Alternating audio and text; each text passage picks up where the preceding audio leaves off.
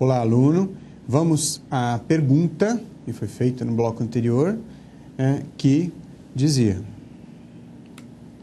qual a principal diferença entre as tendências liberais e progressistas? A resposta correta é a letra B, que dizia: as tendências liberais são ingenuamente posicionadas, enquanto as progressistas são mais realistas no que se refere ao posicionamento crítico das determinações sociais. Bom, vamos falar sobre as etapas ou os componentes do planejamento. Para que os professores possam realizar um trabalho minimamente organizado, é importante, é necessário, pode-se dizer, sem cometer algum exagero, de que é primordial um bom planejamento.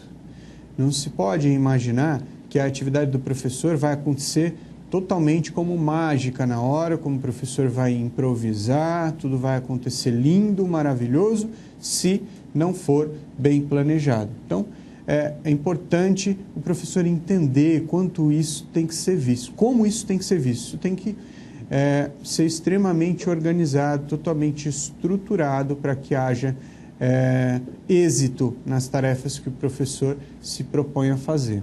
Os componentes que revestem as funções a serem previstas pelo professor durante o trabalho educativo e refletem seu valor, as pretensões, expectativas que fazem sobre seu próprio trabalho, as coisas que se estimam, que ele pensa que devem ocorrer para que os alunos sofram modificações positivas, elas todas estão inseridas num planejamento em que os comportamentos, principalmente do próprio professor, quanto dos alunos, no que tange a vida social, ela é totalmente estruturada. Então, vamos pegar o primeiro componente que se refere aos objetivos. O que são os objetivos? Os objetivos são as metas, né? Aonde se quer chegar. Não dá para imaginar de que eu possa imaginar que está tudo muito bom se eu não sei onde eu quero chegar. Eu preciso saber o que eu quero atingir, qual é a meta que eu quero atingir para que eu possa organizar um trabalho.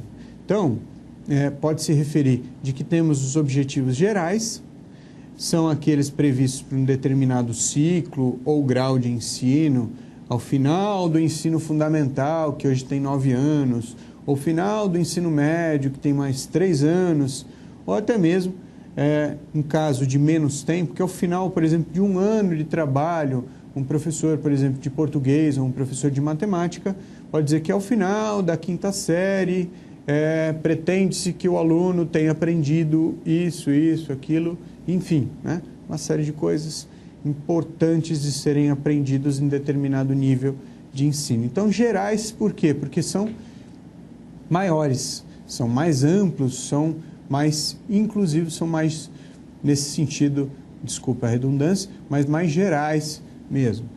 Em termos de objetivos específicos, os objetivos específicos eles estão inseridos dentro dos gerais, que são definidos por uma disciplina, uma unidade de ensino ou até mesmo uma única aula. São específicos daquela aula, ou específicos de um bimestre, de uma unidade do ensino, que pode ser, por exemplo, 3 meses, que você, professor, estabeleceu para os seus alunos. Então, objetivos específicos devem fazer parte dos objetivos gerais. Então, geralmente se montam os gerais, que são os mais amplos, e dentro dele você elabora outras etapas que são constituintes dos gerais, são conhecidos como objetivos específicos. E a escrita? Como é que se deve escrever um objetivo para a educação, para o ensino, né? Eles devem ser sempre escritos num verbo, por meio de um verbo no infinitivo. Falar, explicar, analisar. Detalhe importante é prestarmos atenção que esse falar, explicar, analisar são capacidades de quem? Do aluno. O professor, ele deve fazer com que esses verbos... Por que verbo? Na verdade, ele é escrito em termos de verbo porque representa realmente uma ação que será a capacidade que o aluno adquirirá naquele processo educacional. Então, dizer que o aluno vai falar a respeito de determinado tema, que o aluno seja capaz de explicar, que o aluno seja capaz de analisar determinado fenômeno, determinada fórmula. Isso pode acontecer. Então, deve se referir ao comportamento do ou dos alunos e não do professor, de forma nenhuma do professor. Quando se fala sobre o comportamento, sobre esse objetivo, é sempre do aluno. Por que eu estou dizendo dessa forma? Estou dizendo dessa forma porque muitos ainda confundem, tem a confusão sobre descrever as ações que o professor... fazer com que o aluno... Não, já está errado a elaboração. A elaboração, para que seja apropriada, eu devo colocar lá... Você pode começar com a seguinte frase, até antes de colocar os seus objetivos. Que os alunos sejam capazes de...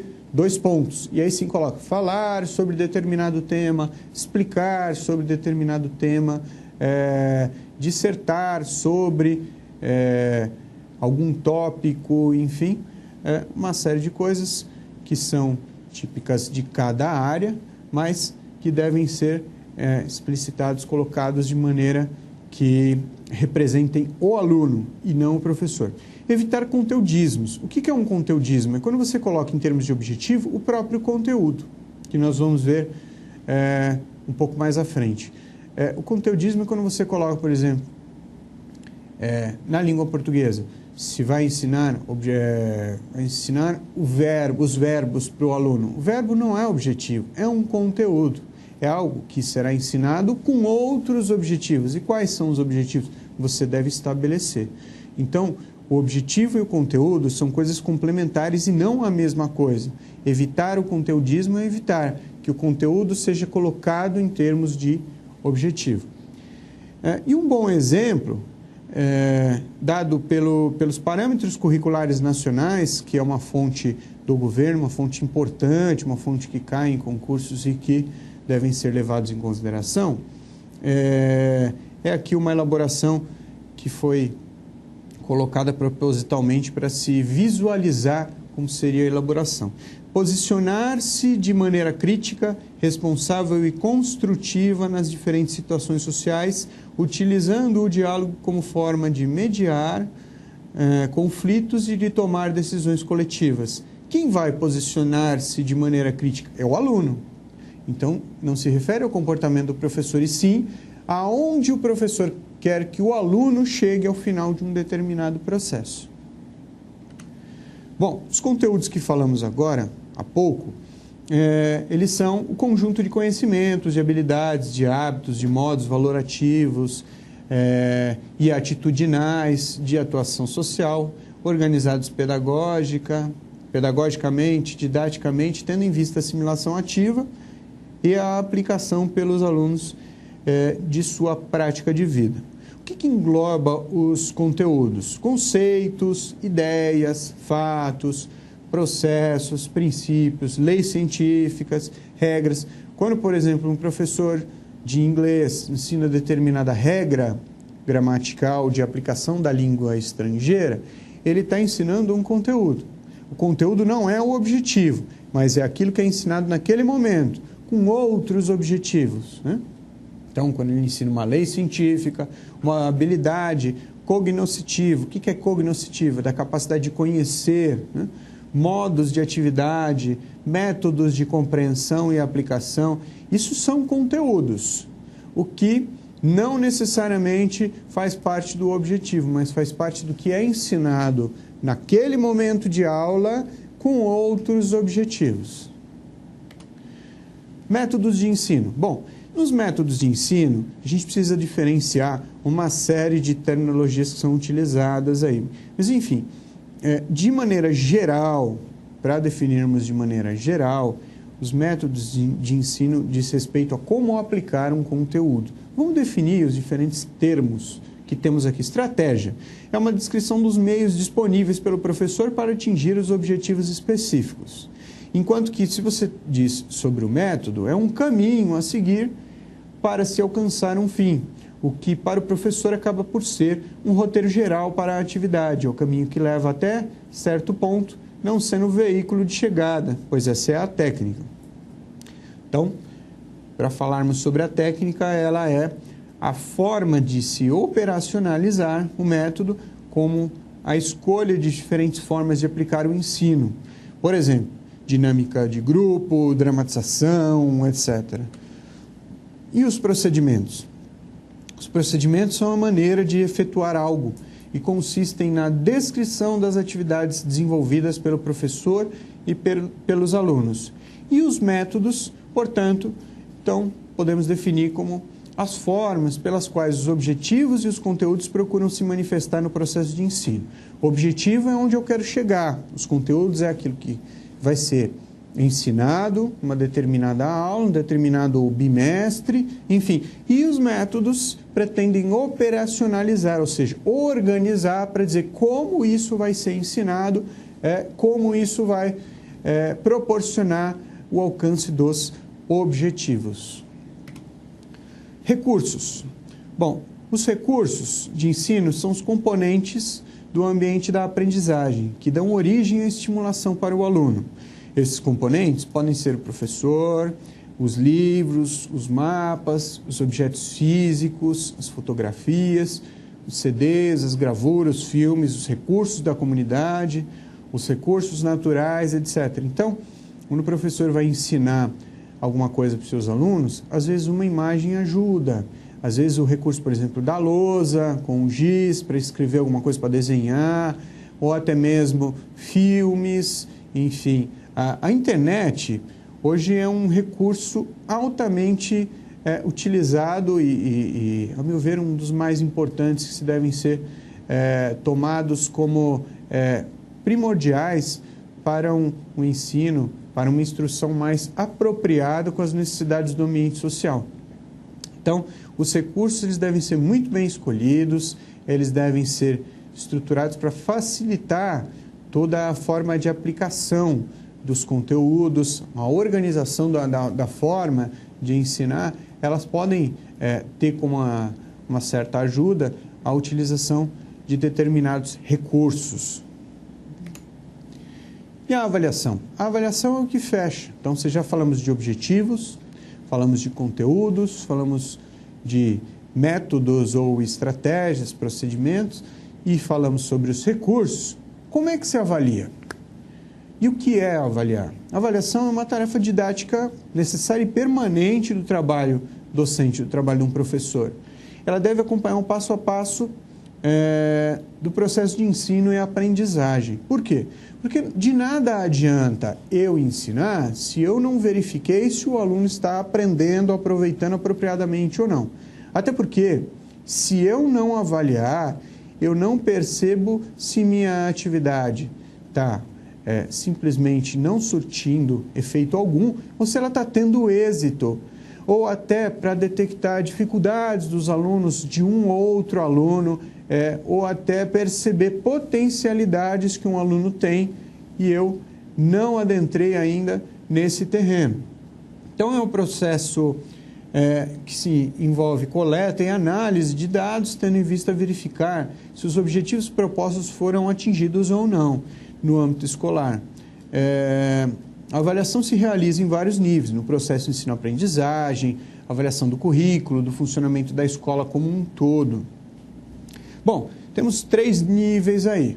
Então, vamos colocar desde o menos abrangente até aquele que vai abranger todos os anteriores. Então, primeiro, vamos colocar como o testar, menos abrangente. Verificação de algo por meio de situações previamente definidas. A gente entende por testes, né? Quando eu testo alguma coisa, eu vejo se naquela situação o aluno tem um êxito ou não. Um pouco mais abrangente do que o testar, a gente tem o medir, que é intermediário entre o testar e o avaliar. Ele determina a extensão ou as dimensões, a quantidade, o grau, a capacidade de algo, geralmente expresso por meio de números.